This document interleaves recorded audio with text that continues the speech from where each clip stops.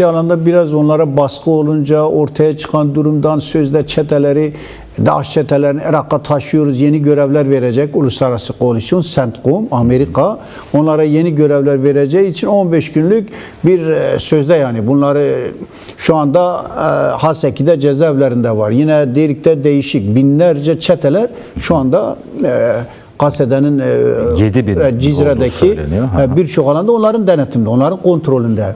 Şimdi bunları götürebilmek için sözde 15 günlük derken aslında öyle bir şey yok.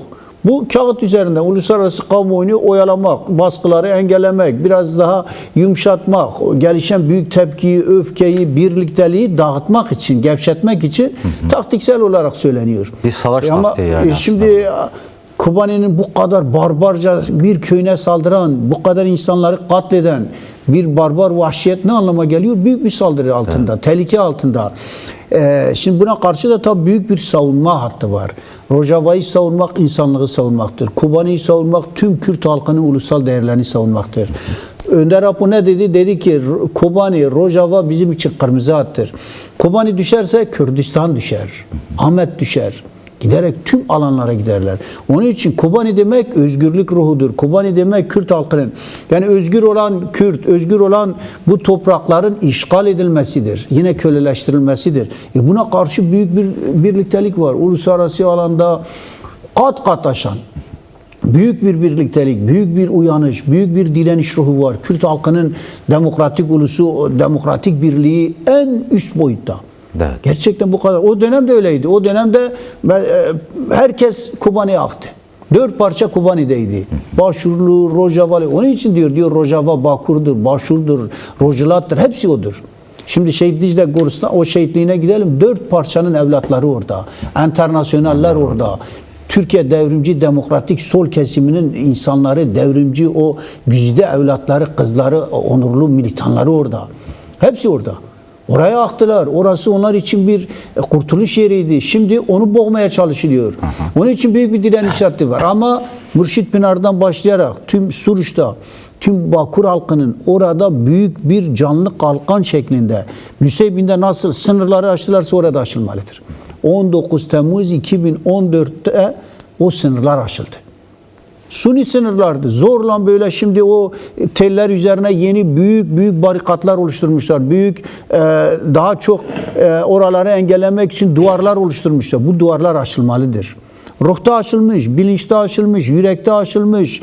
Yani öyle bir bilinç, öyle bir duyguda aşılmış ki bunlar bir birliktelik sağlamış. Hiçbir böyle duvarı, böyle Serhat bin Hat denilen hiçbir o Lozan'daki o parçalanma yerle bir edildi. Dünyanın her tarafında Kürt halkı ve dostlarıyla birlikte ulusal bir birliktelik, bilinç çok büyük gelişti. Onun için şimdi seferberlik ruhuyla bütün Bakur'daki 6-8 Ekim'de nasıl Kobani için savundularsa, Kobani'yi için büyük bir direniş verdilerse, Türkiye devleti en çok bundan korkuyor. Halkımız ayakta ama daha büyük direnerek. Evet. Orada yardımlar yapılıyordu. Rojava'ya destek kampanyaları vardı. Halk çitleri aşıyordu. Biz gece gündüz bakıyorduk, yığınak halinde geldiler. Her taraftan geldiler. O zaman Türkiye devleti çok kurnazca da yaklaşıyordu. Türkiye devleti gerillaları Ahmet'te olan, Mardin'de olan, Kuzey Kürdistan'daki gerillalara yol açtı. Onun dışında Şeyh Maksud, Eşrefiye'den, Afrin'den gelen güçlere yol açtı. Cizre'den onlarca taburun geçmesine yol açtı. Bir tarafta öyle yapıyordu. Bir tarafta da diyordu sıkıştınız artık yapamazsınız, teslim olun sizi buraya götürelim diyen de onlardı. Direkt savaşın içerisinde. Bir tarafta da Mürşit Pınar'da çeteleri geçirip saldırtan da oydu. Bu kadar kurnaz, bu kadar ikili, işte biz yardım ediyoruz, nerede bir barbarlık varsa biz Kürt halkına hamisiyiz diyen kim? Şimdi Erdoğan sözde bunu söylüyor. Bir tarafta da saldırın. Alttan da Hakan Fidan çetesi ekipleri tarafından da Şengal'da Kürtlerin özgürlüğü var, yok edilmeli. Kandil'de yok edilmeli. Tüm Cizre, Kobani halkı direnişini bırakmalı, teslim olmalı. Şaraya, barbarlara diyen bu zihniyettir. Teslimiyet de yatıyor. Topyekun olarak Kürt özgürlüğünün, iradesinin tanınmasının statüsüne karşı büyük bir saldırı, yok etme var. Buna karşı varoluş. Kendisini, özgürlüğünü korumak için 7'den 70'e şimdi Kobani öyle bir durumda ki Rakka'daki halk kaçtı oraya. barbar çeteler gördük yani bir ailenin tümünü katlediyor.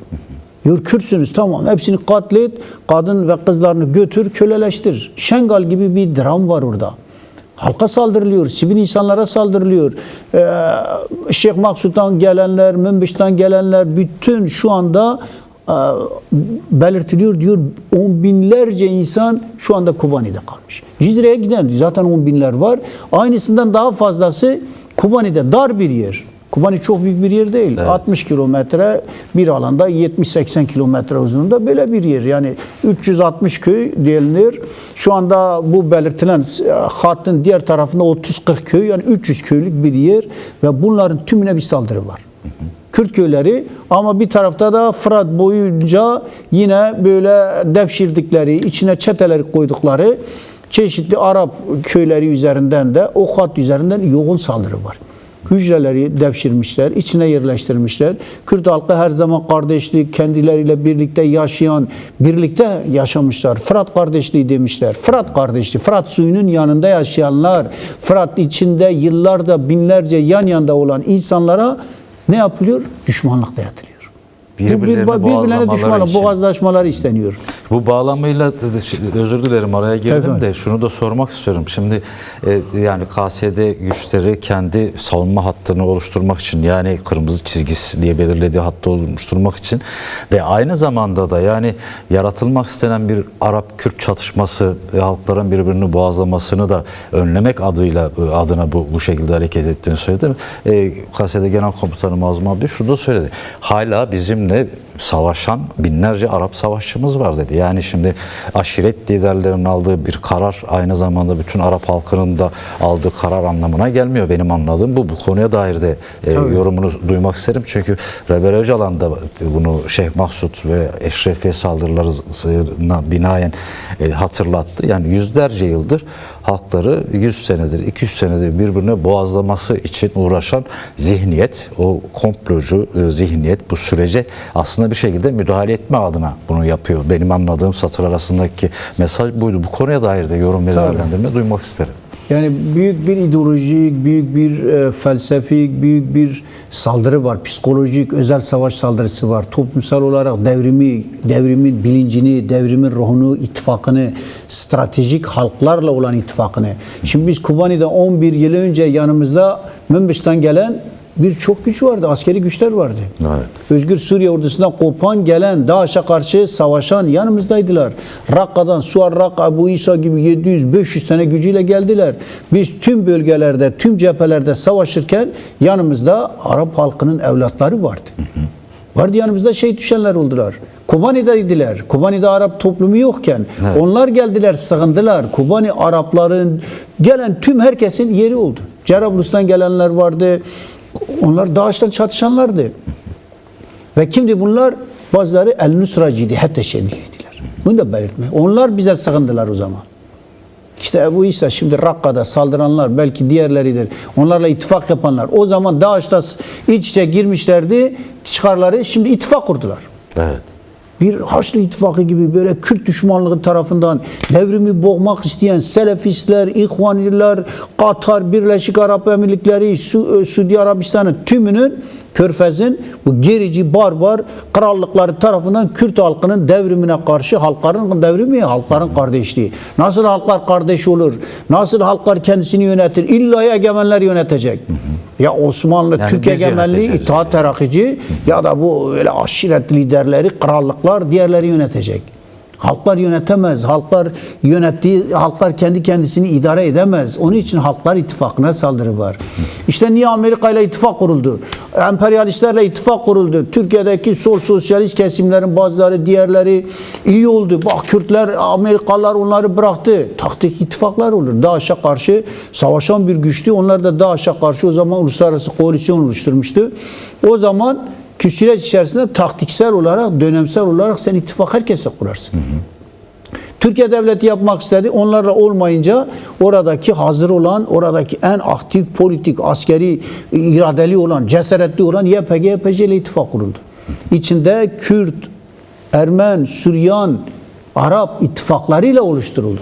Ya bir günde 800 savaşçısını kaybeden Şammar aşiretinin Tabii. ittifak oluşturması gibi. Onlar da önceden vardı. Şimdi yine de var.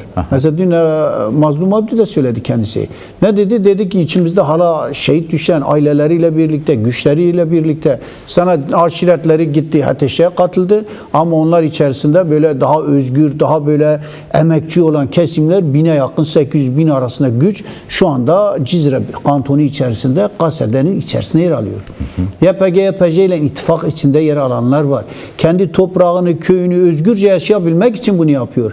Yoksa gidip HTŞ'nin, DAEŞ'in kontrolüne girmek istemiyor. Şimdi bundan dolayı bu zihniyet kışkırtıldı. İşte Amerika ile yapıldığı için Türk sol kesiminden, diğerlerinden işte iyi oldu, böyle oldu diyenler değişik şekilde kendileri ittifak kururken İsrail'le değişik güçlerle kurulan bu ittifakları farklı yorumlayan, oradaki devrimci, demokratik kazanımları, kadın özgürlükçü, toplumsal devrime karşı saldıran, ideolojik saldıran, algı operasyonları yapan, özel savaş, psikolojik savaş Türk devletinin ve milliyetçi bir şekilde boğazlaştırmaya, Kürt-Arap çatışması. Kürt-Arap çatışmasıyla birlikte Arap milliyetçiliği, Bas milliyetçiliği, Saddamcılık, Nasırcılık. Mesela o şeyin babası nedir? Bu Şara'nın. Evet. Şara'nın babası Nasırcı. Diyor Kürt diye bir şey yok Kürt sorunu. Kafaya bak. Aynı kafa yani. Aynı kafa yani. Kürt yok edilmeli diyor. Babasının oğlu Şara Efendi de böyle biraz daha İslamist, böyle Selefist kafayla tümden diyor tamam zaten ümmettir, diğeri de bize biat edecek. İtaatçılar bir tarafta, ihvancılar da destek veriyor. Türkiye ihvancı, itaatçı kesimi. İşte ne Osmanlıcılık, fırsat bu fırsat. Bu Kürtleri ne kadar vurursak, ne kadar kontrol altına alırsak bizim yayılmamızın önünde engel. Osmanlı, yeni Osmanlıcılığın. Yeni Osmanlıcılık oynuyor. Nereden? Musul'dan. İşte bir taraftan Halep'e kadar hepsini alacak kafa. Hepsi kontrolümü alacağım. Ya kendime paramiliter güçler, vekil güçlerle yapacağım. Zaten ÖSO dedikleri Suriye Milli Ordusu. Parasını verdik 50-60 bin. Emşat çeteleri böyle barbarlar. Onlarla saldırı yapıyor. Bir tarafta onlar içinde. Besledikleri diğerleri HTŞ Edlib'de. Onlarla saldırı içerisinde. Yani bunun içerisinde Türkiye Devleti'nin olduğunu, Türkiye Devleti'nin koordine ettiğini, halkların kardeşliğine. Şimdi bu Türkiye'de yansıyacak.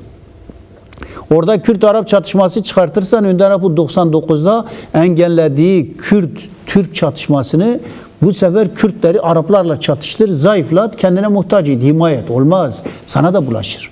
Sana Milliyetçilik, yani bu. milliyetçilik Araplara bulaşır, Kürtlere de bulaşır. Kürtler de milliyetçileşir. Kürtleri de böyle kan boğazlaşması içine götürürsün. Türkiye'de öyle bir kontrolsüz duruma gider ki sen Tarsus mu neydi bir Kürdü vurursan Kürtler ne yapacak? Neye çatışmaya götüreceksin? İşte darbe dinamiği budur. Önder Apo kardeşlik dedi, birliktelik dedi budur. Yani kardeşlik değil, birlik. Savaşmayalım, barışalım. Birlikte yaşayalım. Yok savaş diyorsan Orta Doğu'yu savaşa kışkırtan Anglo-Sakson aklıdır. İngiliz aklıdır. İngilizler birbirine çatıştır. Çelişki yarat, sürekli zayıflat, kendine muhtaç et. Her güçle oynar. Evet. İngiliz, şimdi İsrail-Amerikan oyunudur bu. İngiliz, Amerikan, İsrail oyununa gelen kim? Türkiye. Kim geliyor? Jolani. Jolani onun vekil gücü olarak şimdi Irak'ta Haçlı Şabi'ye saldırtılacak. Onu alkış çalan Erdoğan ve Hakan Fidan tam Trump'ın dümenine gidiyor. Onun istediği gibi Hamas'ı kontrol altına alıp silahsızlandıracak. Haçlı Şabi'ye karşı. Onun için diyor bana Kürtleri kurban et. Rojava devrimini gözüyor. Tersine dönecek gibi gözüküyor. Tabii Şimdi yani, Maliki yeniden iktidara geliyor. Tayyip Hizbullah seferberlik ilan etmiş. Yani orada da bir teyakkuz hali şimdiden var gözüküyor.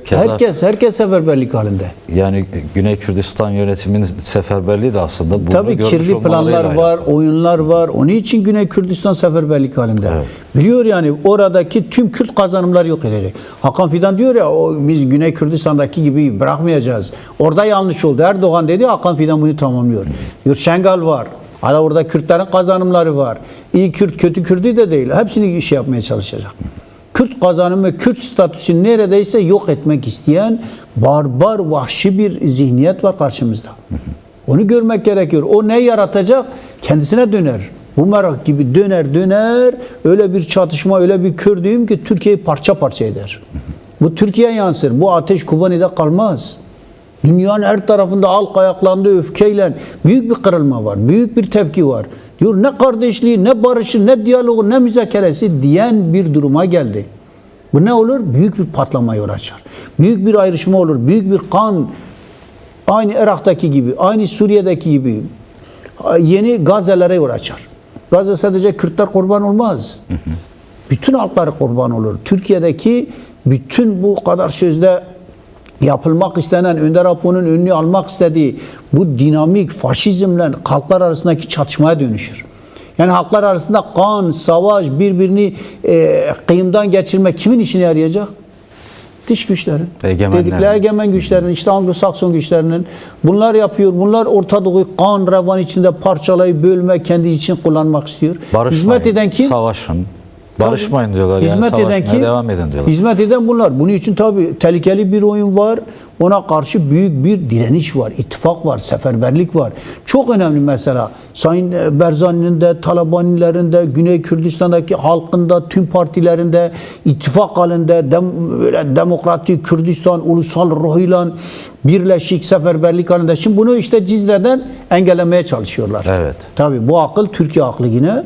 Diyor işte onları da uyarıyorlar. Keselim. Biz işte Çılağa'dan Tırbesiye'den gidip Türkiye'ye kadar, işte Kuzey Kürdistan'a kadar o hatta dedikle aynı İsrail aklı. İsrail ne yapıyor? Gazze'yi, sonra Gazze'yi de Batı Şeria'yı birbirine bölecek. Gazze'yi ikiye bölecek, üçe bölecek. İsrail'in taktiğini Türkiye akıl vererek aynı zihniyet. İsrail'deki o Siyonist zihniyet aynısını barbar Türk İttihatçı Selefist ittifakıyla birlikte o İttihatçı zihniyet Kürt halkına Rojava uygulamak istiyor. Buna karşı direniş var tabii. Uluslararası direniş var. Büyük bir direniş var. Büyük bir uyanış var. Herkes kınıyor. Amerikan kamuoyunda Amerika'daki insanlığın borcu var vicdani olarak. Barbarlığı, vahşetli insanlığa karşı bu kadar barbarca eylemler yapan, barbarca katliamlar yapan bu zihniyeti yenilgiye uğratan, engelleyen, durduran, herkesin borçlu olduğu 17 bin şehit veren, 30 bin yaralı veren bu halk tekrardan yaralı duruma, tekrardan böyle zayıflatılmaya, tekrardan kuşatılmaya, tekrardan trajedik bir durum yaşatılmaya çalışılıyor. Yani insanlığın borcu. Peki o şimdi zamanımız daraldı, bir 5 dakika daha var da şunu da biraz konuşsak bu 5 dakikalık bölümde. Şimdi 11 yıl önce Kobane'ye yönelik başlatılan saldırılar zamanında Kürt halkı kendi öz savunma gücüyle bu saldırılara karşı direndi, bunu püskürttü.